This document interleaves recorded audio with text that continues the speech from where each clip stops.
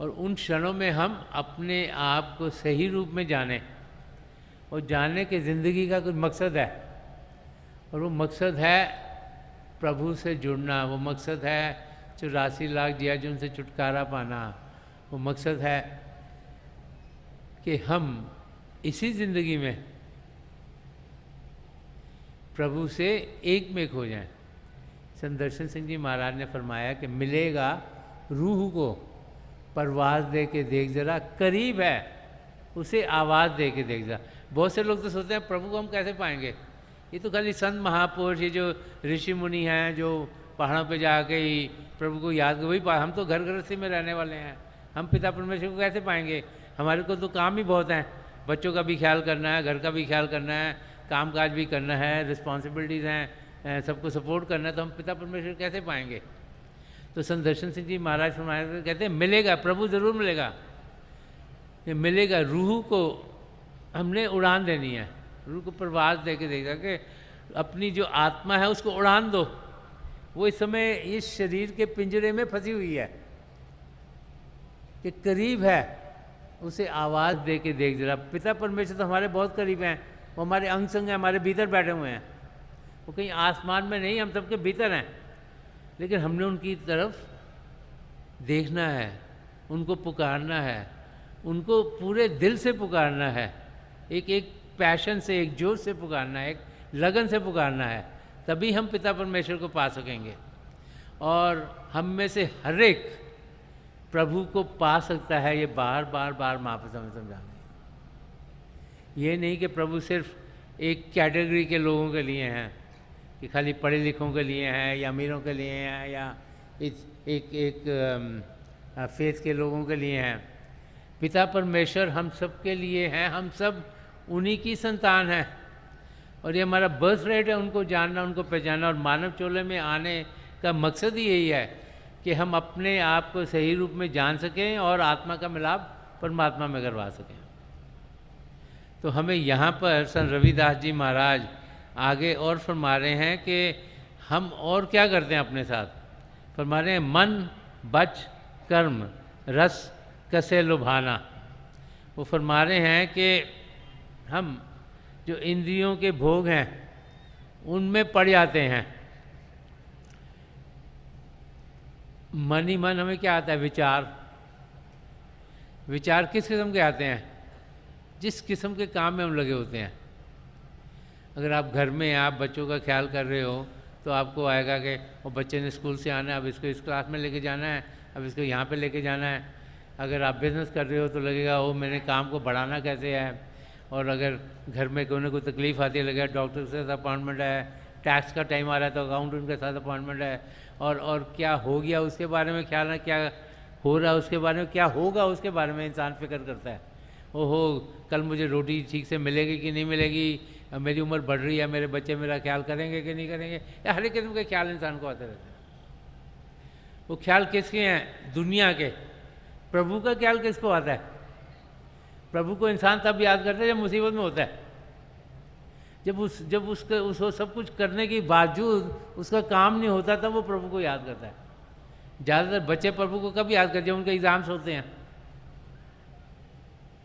हम लोग प्रभु को कब याद करते हैं, घर में बच्चा नहीं हो रहा तब प्रभु को याद करते हैं, कि बच्चे की शादी नहीं हो रही तब प्रभु को याद करते हैं, कोई घर में बीमार हो गया तब प्रभु को याद करते हैं। बाकी जब सब ठीक चल रहा है तो हम भी मस्त मोले बन के अपनी चीज़ों में लगे रहते हैं।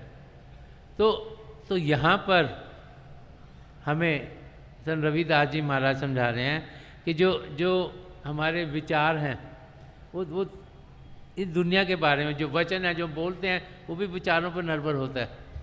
देखो जैसे इंसान की समझ होती है वैसे उसको विचार आते हैं, क्योंकि हम समझते हैं कि हम दुनिया में आए हैं, ये दुनिया में जीना है, तो हमारे विचार दुनिया के हैं।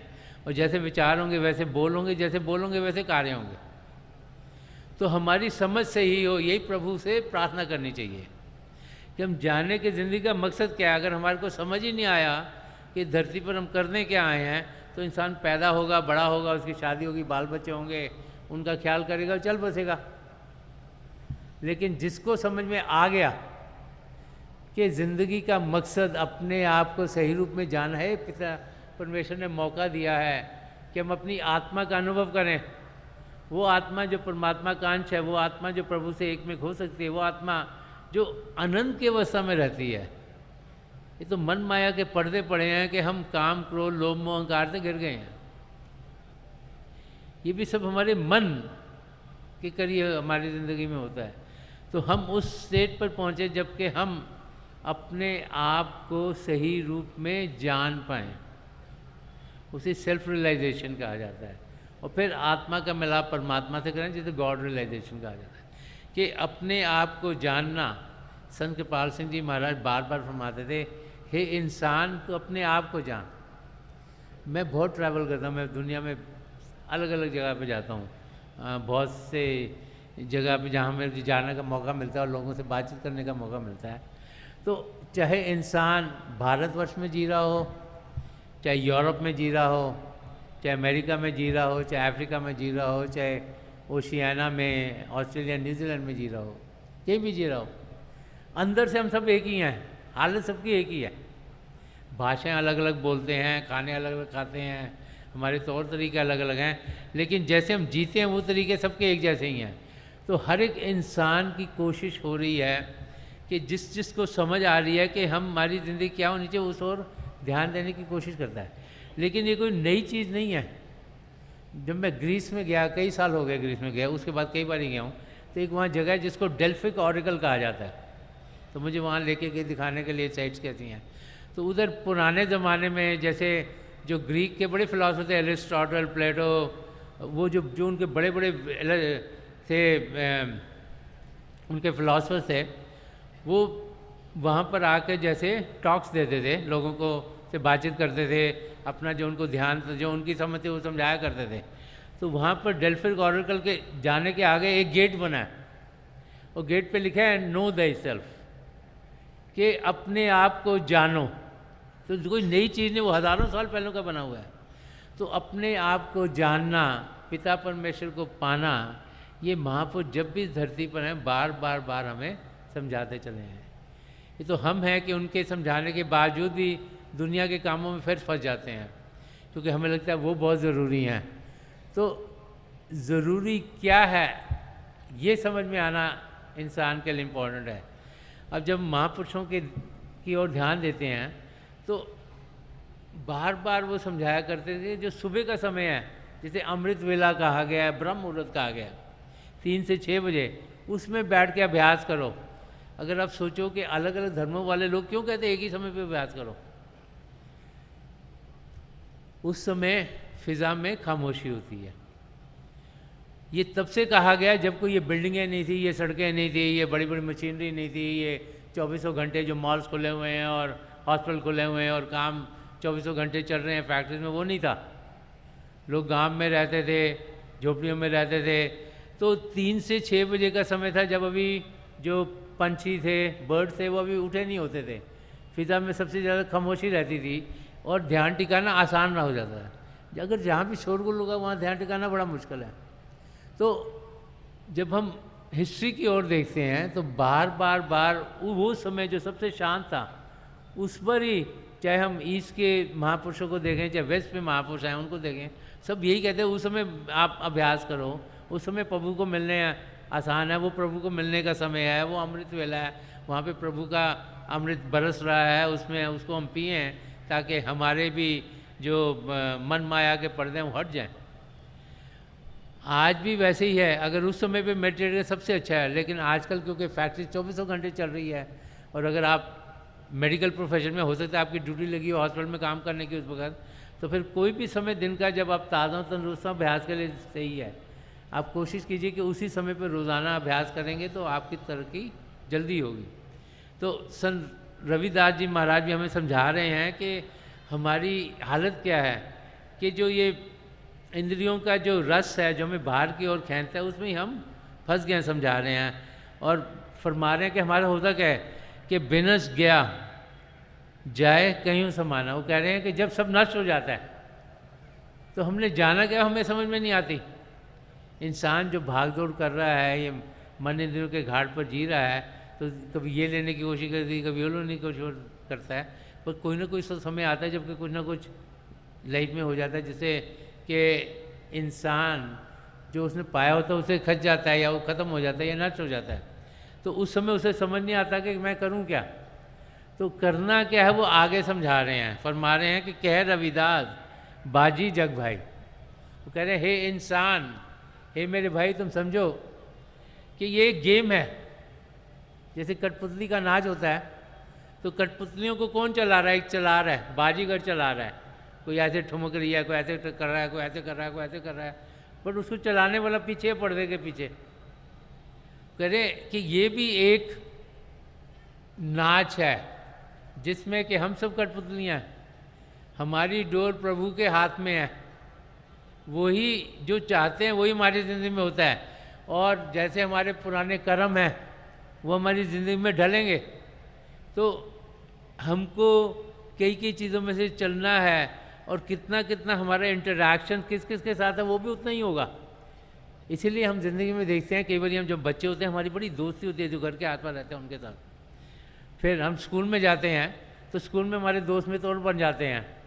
फिर स्कूल से कॉलेज में गए, और कॉलेज में हम किसी और जगह चले गए, घर से बाहर चले गए, हॉस्टल में रह रहे हैं, तो जितने हमारे दोस्त मित्र थे जो घर के आसपास रहते थे, जितने स्कूल के दोस्त मित्र, सब अलग अलग हो जाते हैं। उसके बाद जो कॉलेज में हमारे दोस्त बन जाते हैं, कॉलेज से जब निकलते हैं हमारी शादी होती है, तो हो सकता है कि नौकरी किसी और जगह लग जाए। और बहुत से लोग तो आजकल बाहर के देशों में जाने शुरू हो गए हैं। जब वहाँ जाते तो ये लोग भी सब हमसे अलग हो गए होते हैं। तो ज़रूरी नहीं कि जो हमारा बचपन में मित्र होगा, किसी टाइम में मित्र बनेगा, वो सदा सदा के लिए हमारे साथ रहेगा। तो यहाँ पर संत रविदास जी महाराज समझा रहे हैं कि ये एक गेम है, एक खेल है, और जितना जितना जिसके साथ हमारा रिश्ता नाता है उतने हमारा मेल मिलाप होता है।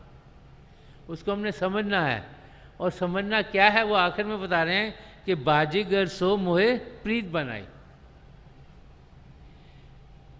जो ज़िंदगी का मकसद वो आखिरली लाइन में समझा रहे हैं। पहले तो समझा रहे थे कि हम कर क्या रहे हैं, तो समझा रहे हैं कि मुझे समझ में आ गया कि ये गेम चल रही है, तो मुझे ये भी समझ में आ गया कि जो इसको चला रहा है उसके साथ मुझे प्रेम करना है। कि लगाव, ये जो बाकी लोग हैं जो इस गेम में हैं, जो इस प्ले में हैं, जो इस खेल में हैं, उनके साथ लगाव नहीं करना, क्योंकि वो लगाव तो थोड़ी थोड़ी देर के लिए है। लगाव पिता परमेश्वर के साथ करना है। एक मीना बाज़ार की कहानी बड़ी पुरानी है कि एक राजा था, वो अपनी प्रजा से बहुत प्रेम करता था। तो वो हर साल एक अपने पैलेस में एक मेला लगाता था, जिसमें लोगों को उस दिन कहा करता था तुम सवेरे 9 से आके 5 बजे तक आओ, और जो एक चीज़ आप लेके जा सकते हो, जो मर्जी, अच्छा सा कारपेट चाहिए वो ले जाओ, कोई ज्वेलरी का पीस चाहिए वो ले जाओ, कोई फर्नीचर चाहिए वो ले जाओ, कोई पेंटिंग चाहिए वो ले जाओ। तो अच्छी अच्छी चीज़ें जो उसके पैलेस में होती थी वो वहाँ पे लगा देता था, और कहता था कि कोई भी आके उस दिन एक एक चीज़ कोई भी लेके जा सकता है। तो लोग बड़े तैयार होते थे, पहले से जल्दी जल्दी जाएं, घूमें, देखें कौन सी अच्छी चीज़ लगी वो लेके घर में जाएं। तो राजा देखा करता था कि कैसे चल रहा है सब कुछ। तो राजा ने देखा कि एक छोटी सी लड़की है, वो घूम रही है सवेरे से, लेकिन कोई उठा नहीं रही। कभी यहाँ जा रही है, कभी वहाँ जा रही है, कभी ये देखती है, कभी वो देखती है। और लोग कोई फर्नीचर लेके जा रहा है, कोई कारपेट लेके जा रहा है, कोई ज्वेलरी उठा रहा है, कोई अच्छे अच्छे कपड़े उठा रहा है, कोई पेंटिंग उठा रहा है। तो जब 4:30 पौने 5 बजे तो राजा को लगे तो 5 बजे तो ख़त्म हो जाएगा, तो ये तो लड़की ने तो कुछ लिया ही नहीं। तो राजा लड़की के पास गया और उसको पूछा कि बेटा अभी तो टाइम ख़त्म होने वाला है, तो तुम कोई चीज़ ले लो, यहाँ से कोई भी चीज़ ले लो, नहीं तो अभी तो ख़त्म हो जाएगा। तो लड़की ने राजा से पूछा कि इन सब चीज़ों को, उसको तो मालूम नहीं था ये राजा, कि पूछा इन सब चीज़ों को है किसकी। तो राजा ने कहा मैं राजा हूँ, ये सब चीज़ें मेरी हैं। तो लड़की ने अपना हाथ राजा के सिर पर रख दिया, मुझे तो तुम चाहिए।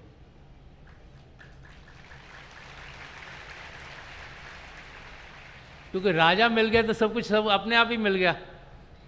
तो इसलिए हमारा हाथ भी पिता परमेश्वर के ऊपर जाना चाहिए, प्रभु की देनों के ऊपर नहीं। यही यहाँ संत रविदास जी महाराज हमें समझा रहे हैं। हम सब यहाँ पिता परमेश्वर को पाने के लिए आए हैं। प्रभु चाहते हैं हम उनसे प्रेम करें, प्रभु चाहते हैं हम उनसे मिलें, प्रभु चाहते हैं हम उनसे एक में हों, प्रभु चाहते हैं हम 84 लाख जियाजों से छुटकारा पाएं और वापस उनके साथ जाकर जिएं। ये हम हैं जो उनकी दिनों में लगे हुए हैं कि मुझे ये मिल जाए, मुझे वो मिल जाए, मुझे वो मिल जाए। तो महापुरुष जब भी इस धरती पर आते हैं वो बार बार हमें यही समझाते हैं कि हम असलियत को जाने असलियत हमारे भीतर है, कहीं आसमान में नहीं। हम जब अभ्यास करते हैं अंदर की दुनिया में बढ़ते हैं। अंदर की दुनिया प्रेम की दुनिया। हर एक धर्म ग्रंथ को आप पढ़ोगे तो बार बार आपको यही देखने को मिलेगा कि हर एक धर्म के दो पहलू हैं। एक जिसे एक्सोटेरिक साइड ऑफ द रिलीजन कहा जाता है कि बाहरी तरीके से हम अपने फेथ को, अपने रिलीजन को हम कैसे, अपने धर्म को कैसे हम चला रहे हैं, और एक एजोटेरिक साइड जो कि अंदरूनी साइड है कि अंदर में होना क्या चाहिए। तो बाहर की तरफ से सबके धर्म अलग अलग हैं। जैसे कहीं हैं जहाँ पे सिर को कवर करके जाना पड़ता है, कहीं ऐसे हैं जहाँ पे जूते उतार के जाना पड़ता है, कहीं ऐसे धर्म है जहाँ अगर जूते नहीं पहनेंगे वो जाने देंगे आपको अंदर, और अगर आपका सिर कवर्ड है तब भी नहीं जाने देंगे। तो अलग अलग धर्म के अलग अलग तौर तरीके हैं। कहीं पर हम हाथ धोकर जाते हैं, कहीं पर पैरों को धोकर जाते हैं, ये सबके तौर तरीके अलग हैं। कहीं पर हम जाकर मोमबत्तियाँ जलाते हैं, कहीं पर जाकर हम घंटियाँ बजाते हैं। तो ये बाहर के तौर तरीके हैं। लेकिन जो अंदरूनी साइड है हर एक धर्म की, वो है कि हम अपनी आत्मा का अनुभव करें। उसको कोई मेडिटेशन कहता है, कोई कहता है सिटिंग इन साइलेंस, कि हम शांत अवस्था में बैठे हुए हैं, कोई कहता है हम ध्यान टिका रहे हैं। वो अंदरूनी साइड है जो हमारी आत्मा के साथ डील करती है, और वही असलियत है। उसी असलियत को हमने जानना, उसे पहचानना है। जितने भी महापुरुष हैं जिनके नामों के बाद अलग अलग धर्म बने हैं, उन सब ने अभ्यास किया। अगर उनकी हिस्ट्री पढ़ो, उनको पिता परमेश्वर का कोई अनुभव हुआ, और वो ये भी समझा गए अपने अनुयायियों को कि वो अनुभव और भी कर सकते हैं। तो उस अनुभव को पाने के लिए प्रभु ने हमें ये मानव चोला दिया है। हम ये ना समझें कि ये ज़िंदगी हमारी किसी मकसद के बेगार है। ये ना समझें कि कोई गोल नहीं, कोई एम नहीं। हम सब का मकसद एक ही है, वो है अपने आप को जानना और पिता परमेश्वर को पाना। और जो भाई बहन ये समझ गए, उनका सोच भी अच्छे होंगे, ठीक होंगे, उनके बोल भी ठीक होंगे, उनके कार्य भी ठीक होंगे।